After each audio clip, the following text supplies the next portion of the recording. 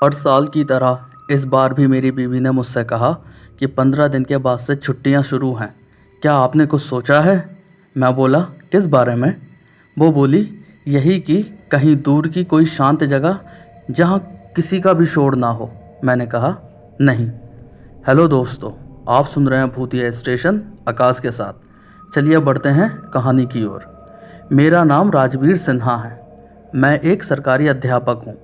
मेरी शादी के 2 साल बाद हमें पता चला कि औलाद का सुख हमारे नसीब में नहीं है।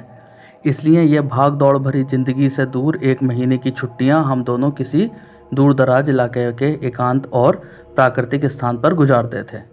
मेरी बीवी ने मुझे बताया कि उसने एक जगह चिन्हित की है जो हम दोनों के हिसाब से बिल्कुल सटीक है।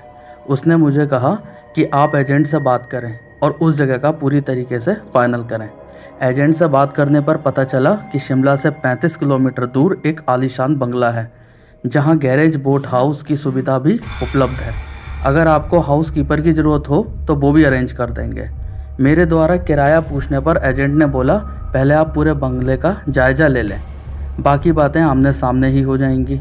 जब मैंने ये बात अपनी बीवी को बताई तो उसने कहा, आपको वहाँ जाना ही चाहिए, बंगले और आसपास के माहौल को देखना चाहिए, क्योंकि हम पूरे 1 महीने की छुट्टी बिताएंगे वहाँ।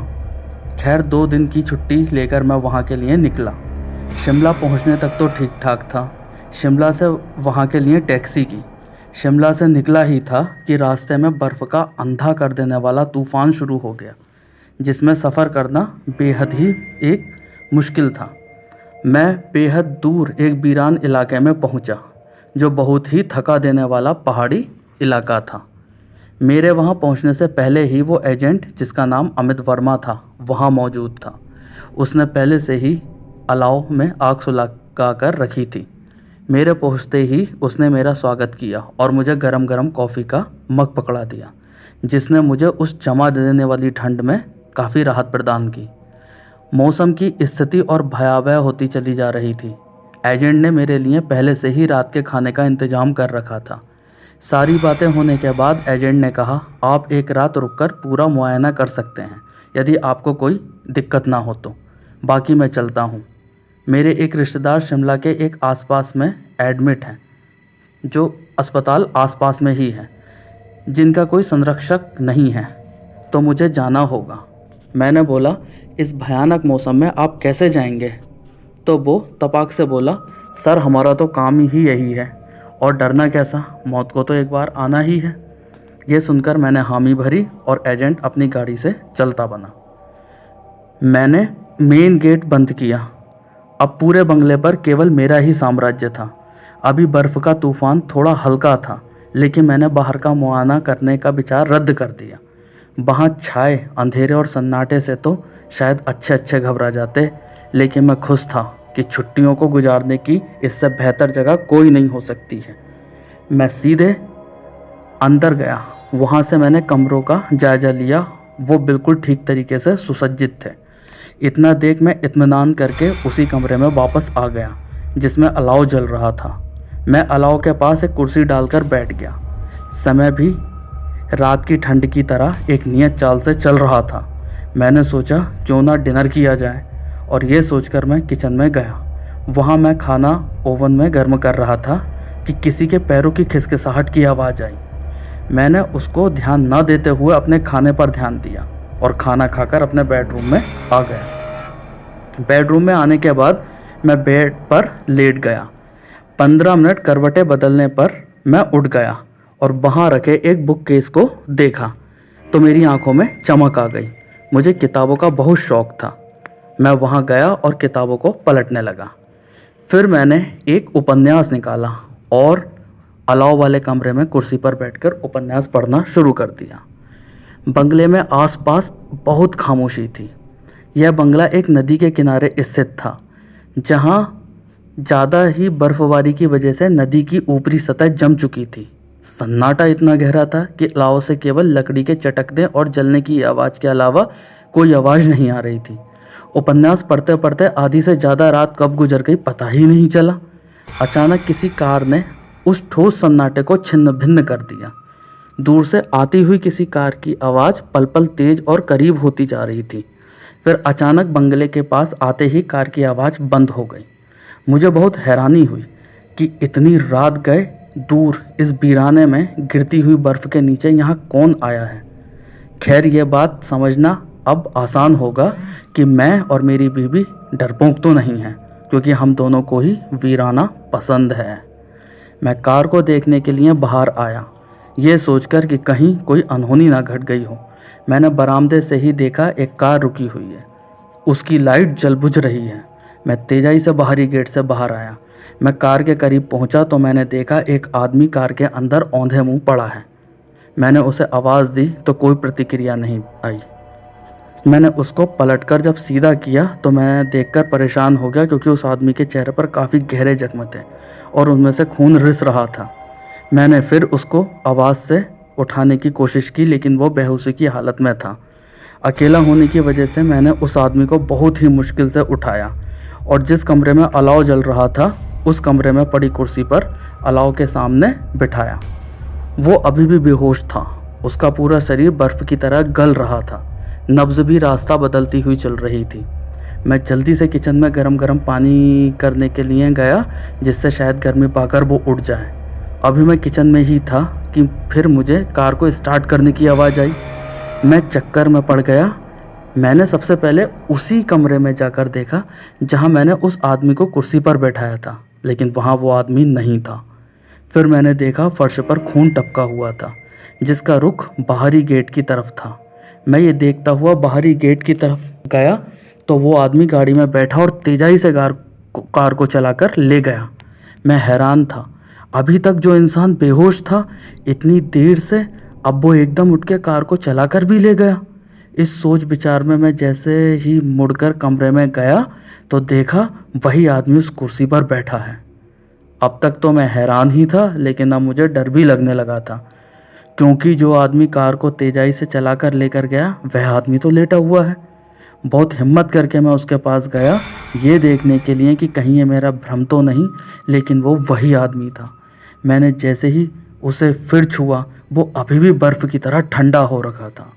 मैं हैरान परेशान था कि इतनी तेज़ आग के सामने भी वो इतना ठंडा, ये कैसे हो सकता है। दिमाग को झटककर मैं किचन की ओर बढ़ा कि दरवाजे की घंटी बजी। मैंने सोचा इस वीराने में और इतनी रात गए कौन हो सकता है। फिर सोचा कहीं एजेंट तो नहीं, जो मौसम ज़्यादा ख़राब होने की वजह से शायद लौट आया हो आधे रास्ते से। इसी उधेड़बुन में मैंने जैसे ही मेन गेट खोला, उस दृश्य को देखकर मेरा जैसे खून सूख गया हो, क्योंकि गेट पर वही आदमी खड़ा था जो अलाव के सामने पड़ी कुर्सी पर बेहोश पड़ा हुआ था। मुझे चक्कर आ रहे थे कि तभी वो आदमी भयानक आवाज़ में बोला, बाहर बहुत ठंड है, क्या मुझे कुछ देर यहाँ जगह मिल सकती है रुकने के लिए। मैं कुछ भी भूल नहीं पाया। वो एकदम अंदर आ गया। मैं डरते डरते उसके पीछे चल रहा था। उसके घर में कदम रखते ही जैसे पूरे घर में सड़ान फैल गई हो। वो सीधे उसी कमरे में गया जिसमें अलाव जल रहा था। पहली बार जाना कि जिस शैतान या भूतों को सब कहते हैं कि वो आग से डरते हैं, वो तो खुद आग के सामने जा बैठा। मैंने गेट पर खड़ा होकर देखा कि जो आदमी कुर्सी पर बैठा था वो खुद ब खुद पिघलने लगा और खून बनकर फर्श पर फैलने लगा। मैं तेज़ी से किचन की तरफ गया और कुछ ना समझ आने पर अंदर से किचन का दरवाज़ा बंद कर लिया और सोचने लगा कि किसी भी जगह पर वीराना खुद नहीं आता। वीरानियत पैदा करने वाली ही शक्ति वीराना पैदा करती है, और इसी शक्ति को हम भूत, पिशाच, शैतान आदि का नाम दे देते हैं। ज़िंदगी में मेरा पाला कभी ऐसी चीज़ों से नहीं पड़ा, तभी मैं बेइंतहाई निडर था। लेकिन सच तो यह है कि जब इंसान फंसता है तभी यकीन करता है। मेरा डर अब बढ़ रहा था। मैंने घड़ी में देखा, सुबह के 4 बज रहे थे। समझ में नहीं आ रहा था क्या करूं, क्योंकि इतनी रात में भागना मुश्किल था, क्योंकि मेरे पास कोई गाड़ी नहीं थी और मदद की तो बात करनी ही बेकार है, क्योंकि यहाँ मीलों दूर तक कोई आबादी नहीं थी। मैं सोच के समंदर की गहराई में डूब चुका था कि मैंने किसी के पैरों की खिसखिसाहट की आवाज़ सुनी।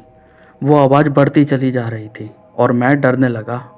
कभी फिर कि इतनी ही देर में उस आदमी ने कहा, जो दरवाजे पर खड़ा था, क्या कॉफ़ी मिल सकती है। मैं जानता था सुबह होने तक अगर मैं बच गया तो ठीक है, लेकिन बंद होकर बैठने से अच्छा है कुछ मिल जाए, क्योंकि मैंने अपने 45 साल जो निडरता से काटे थे। अगर वो शैतान था तो मैं भी एक जीता जागता इंसान था। जिसकी मदद भगवान तो करता ही है। और मैं ये भी जानता था मरना तो एक न एक दिन है ही। अब अगर इस शैतान के हाथ से ही मेरी मौत है तो क्या किया जा सकता है।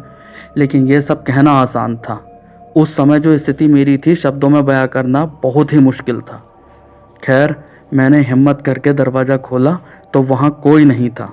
मैं आहिस्ता आहिस्ता अलाव वाले कमरे में आया, वहाँ भी कोई नहीं था। फिर वही सन्नाटा उस बंगले में पसर गया। मैंने सोचा जो भी है, चाहे पैदल ही क्यों ना भागना पड़े, लेकिन मुझे इस भयानक बंगले से निकलना है। मैं बेडरूम में अपना कोट लेने के लिए पहुंचा।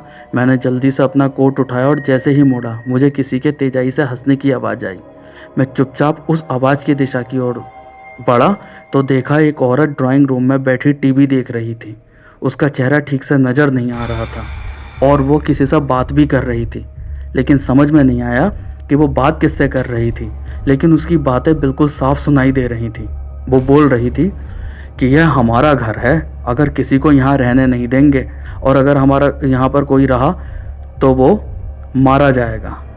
हम अगर मर भी गए तो क्या हुआ, है तो हमारी जायदाद। उसकी इस बात की प्रतिक्रिया देते हुए एक आदमी बोला, हाँ, जैसे ही इस बंगले में पहले आए हुए लोगों को ख़त्म किया है वैसे ही इसे भी साथ हम ख़त्म कर देंगे। और वो कुछ कहता कि इतनी ही देर में उस आदमी ने मुझे देख लिया। मुझे देखते ही उस औरत ने मुझे देखा और वो आदमी वही था, लेकिन वो जिंदा नहीं था। वो जीते जागते शैतान थे। उस औरत का चेहरा नहीं था, बस एक कंकाल की शक्ल थी। मुझे देखते ही दोनों मेरे पीछे भागे। मैं बिना देर किए मेन गेट की तरफ भागा। गेट खोलकर मैं बाहरी गेट से बाहर भागा और रोड पर पहुंचा और एक तरफ से किसी वाहन से जा टकराया।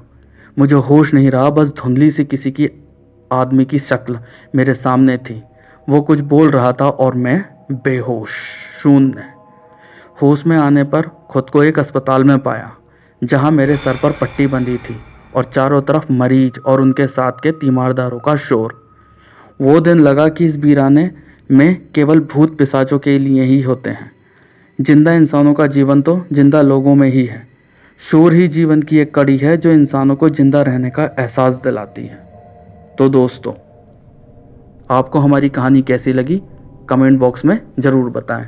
और अगर आप हमारे चैनल पर नए हो तो हमारे चैनल को सब्सक्राइब करें और बेल आइकन दबाना ना भूलें। धन्यवाद।